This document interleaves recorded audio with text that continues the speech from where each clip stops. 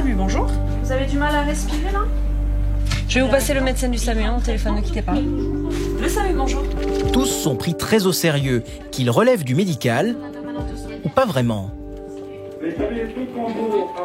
Et pourquoi on veut vous mettre dehors de chez vous, vous savez? C'est sûrement parce qu'il y a eu une décision de justice. D'accord. Bon, mais écoutez, je vais vous passer la police, hein, d'accord? Ne quittez pas. Audrey est ce que l'on appelle une assistante de régulation médicale. En fait, on gère les appels qui rentrent au 15, au 112. Et du coup, déjà, il faut essayer de cerner un peu la situation. Il faut essayer d'abord de voir s'il y a une urgence vitale ou pas, si ça dépend de nos services ou pas. Et après, si ça concerne le domaine médical, là, on se penche plus sur le dossier. On essaie de localiser l'appel, la ville, la rue. Audrey bascule ensuite les appels vers le médecin régulateur. Et là, vous dites qu'elle n'a pas d'équilibre. Ah non. Je préviens les urgences pédiatriques. Et là, quand elle a... Est-ce que c'est pas difficile de faire de la médecine, des fois par téléphone, de sentir les gens? Comment on fait? Mais c'est pas évident. C'est pas évident d'arriver à faire une synthèse en 30 secondes ou une minute d'une situation. Là, c'est de la pédiatrie, c'est compliqué. Les parents, souvent, sont très angoissés. C'est difficile de leur demander d'avoir un petit peu de recul sur la situation et d'avoir une attitude un peu cartésienne. Des parents paniqués ont appelé à l'aide le SAMU. Leur fille de 4 ans présenterait des symptômes de méningite, une inflammation des enveloppes qui entoure et protège le cerveau et la moelle épinière. Cette maladie très contagieuse peut être mortelle en moins de 24 heures. Il faut... Tiens, mets-le quand même si tu t'approches. Normalement, c'est si tu t'approches vraiment de l'enfant, mais bon.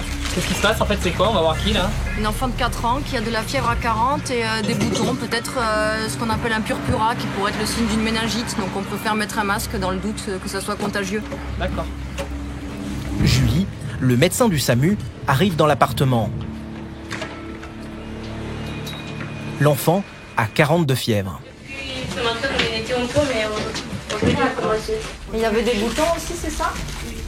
La fillette ne réagit pas beaucoup. Son œil gauche est très gonflé. Vous lui avez donné quelque chose pour la fièvre là? Oui, des doliprane. À quelle heure maintenant là? À midi 20 comme ça. Tu as mal quelque part? Non. Ça fait mal ici?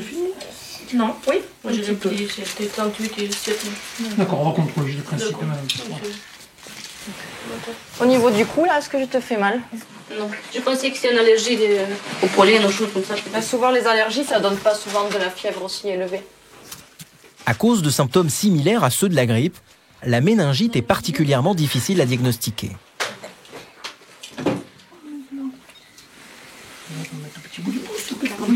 Bon, ça ressemble à ce qu'on appelle une ethmoïdite, hein. C'est une inflammation là au niveau des cellules ethmoïdales vers les sinus qui peut donner cette œdème comme ça. On va l'emmener aux urgences pédiatriques.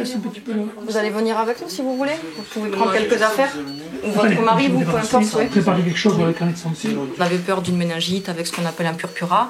Là, les petites taches qu'elle a ne ressemblent pas à du purpura. Elle n'a pas de signe de méningite non plus. Elle a plutôt une infection au niveau des sinus, de la face, qu'on peut appeler une ethmoïdite sans doute. Hein. Après, il faudra confirmer ça. On va l'accompagner aux urgences pédiatriques et puis ils feront le point.